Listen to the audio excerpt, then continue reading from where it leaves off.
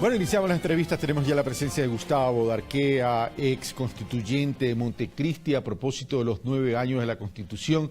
No pudimos estar, Sofía y yo, juntos al inicio, producto de un problema de micrófono. Pero bueno, aquí estamos. Gustavo Darquea, muy buenos días. Gracias por estar con nosotros. 9 años de la Constituyente, 9 años de la Constitución de Montecristi. El presidente ha indicado hay que retomar el espíritu de la Constitución, el espíritu de Montecristi. ¿Qué tanto se ha alejado entonces del origen, de la génesis de Montecristi? Porque no se retoma lo que se tiene, se retoma lo que se ha tomado distancia o lo que eventualmente se pudiese haber perdido. Gustavo Darquea, buenos días, bienvenido. Buenos días, Carlos.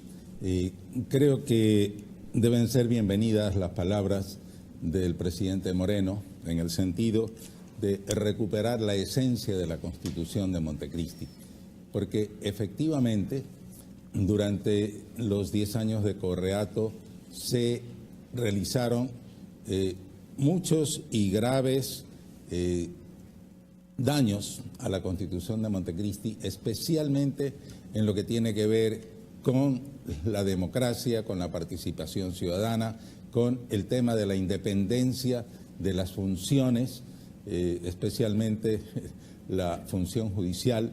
Es decir, creo que podríamos rápidamente mencionar por lo menos 2 hechos fundamentales donde se le dieron unas estocadas casi de muerte a la Constitución de Montecristi. El presidente la primera fue justamente en el año 2011 con la consulta popular que modificó la composición del Consejo de la Judicatura. Ok, el presidente de la República, la segunda Gustavo, fue en el 2015. Gustavo, el presidente de la República ha insistido en que hay que fortalecer la institucionalidad del Ecuador y ha mencionado 2 temas adicionales. El uno que tiene que ver con la función, el equilibrio o la autonomía de las distintas funciones y la transparencia en la designación de las autoridades que tienen que ver con los organismos de control.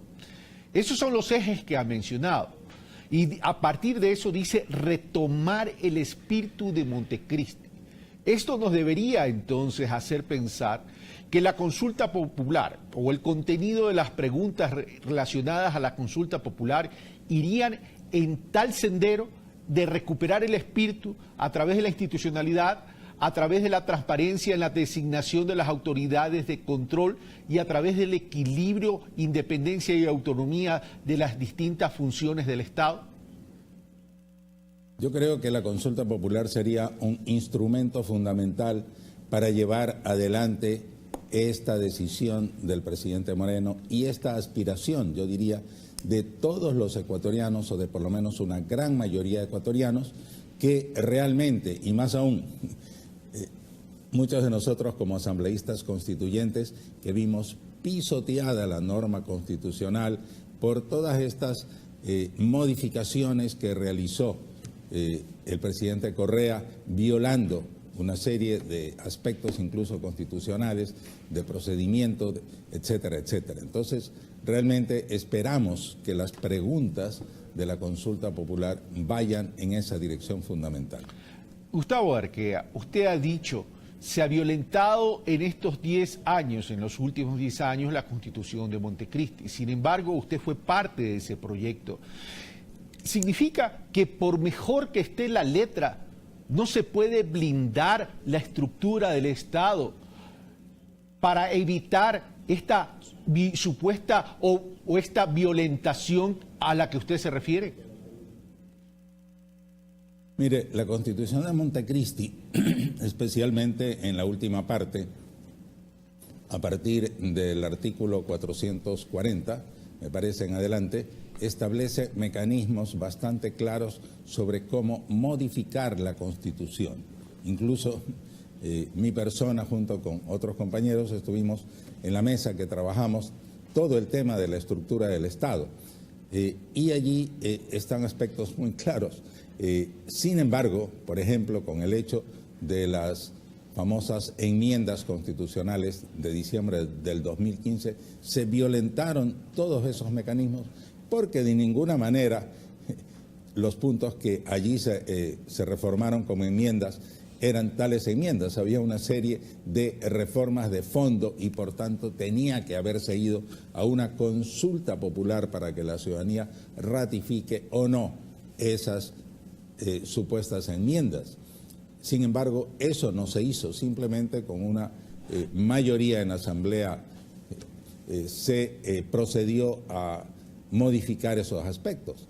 ¿Ya? Lo mismo el tema, por ejemplo, en el 2011, donde en la primera consulta que hizo el presidente Correa para cambiar apenas a 3 años de aprobada la Constitución de Montecristi, planteó justamente una consulta popular cuyo objetivo fundamental fue modificar la estructura del Consejo de la Judicatura, usted recordará, y meterle la mano a la justicia como el propio presidente lo dijo. Entonces, eso rompió un espíritu fundamental de la Constitución de Montecristi. A ver, pero Gustavo, ¿dónde está la institucionalidad del Estado para evitar eso? Y a eso apuntaba mi pregunta anterior. Se supone que hay una Corte Constitucional. O tenemos que caer en aquello que se dice a voces abiertas, a voces públicas, que la Corte Constitucional tiene mayorías y minorías dependiendo de los gobiernos de turno. Entonces ya es momento de sincerar, ya es momento de transparentar, porque la democracia ecuatoriana, y cuando hablo de la democracia ecuatoriana hablo de los ciudadanos ecuatorianos, merecemos respeto. Es decir, las Cortes Constitucionales, y no hablo de estas sino de todas las que han pasado, ¿se prestan para el juego político o realmente comienzan a administrar justicia constitucional? Bueno, justamente la Constitución de Montecristi le dio a la Corte Constitucional la calidad de guardián de la constitucionalidad. Y esa es la función fundamental que consta en la Constitución. Sin embargo, y es muy lamentable que la Corte Constitucional, los miembros, la mayoría de los miembros de la Corte Constitucional no supieron asumir adecuadamente este papel de guardianes de la Constitución y de la democracia y evidentemente, pues, a pesar de muchísimas voces de ecuatorianos que consideramos que eso no podía pasar, sin embargo, la Corte Constitucional dijo que no había problema, que era totalmente constitucional, que se podía seguir adelante.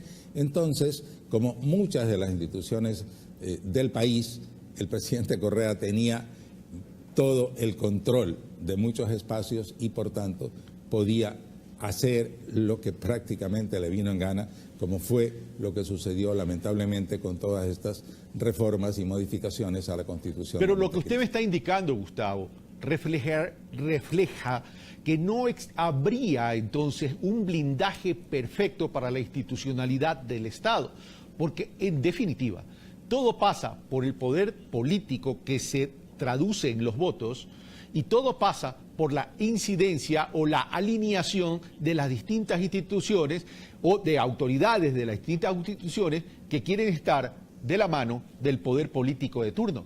¿Cómo entonces vamos a blindar esa institucionalidad si por más que escribamos, reescribamos y repensemos, podemos terminar en lo mismo que usted está indicando? Mire, Carlos, el blindaje pasa en primer lugar por el respeto a las normas. El presidente de la República se compromete el día de su posesión a respetar la Constitución.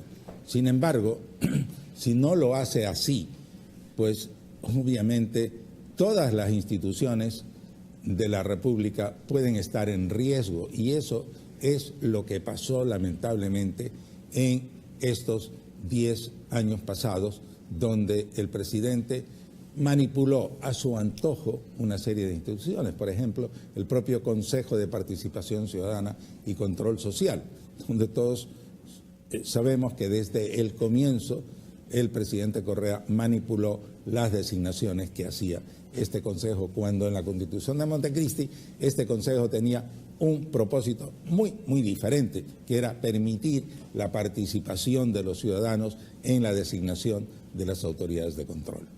Gustavo Arquea, muchas gracias.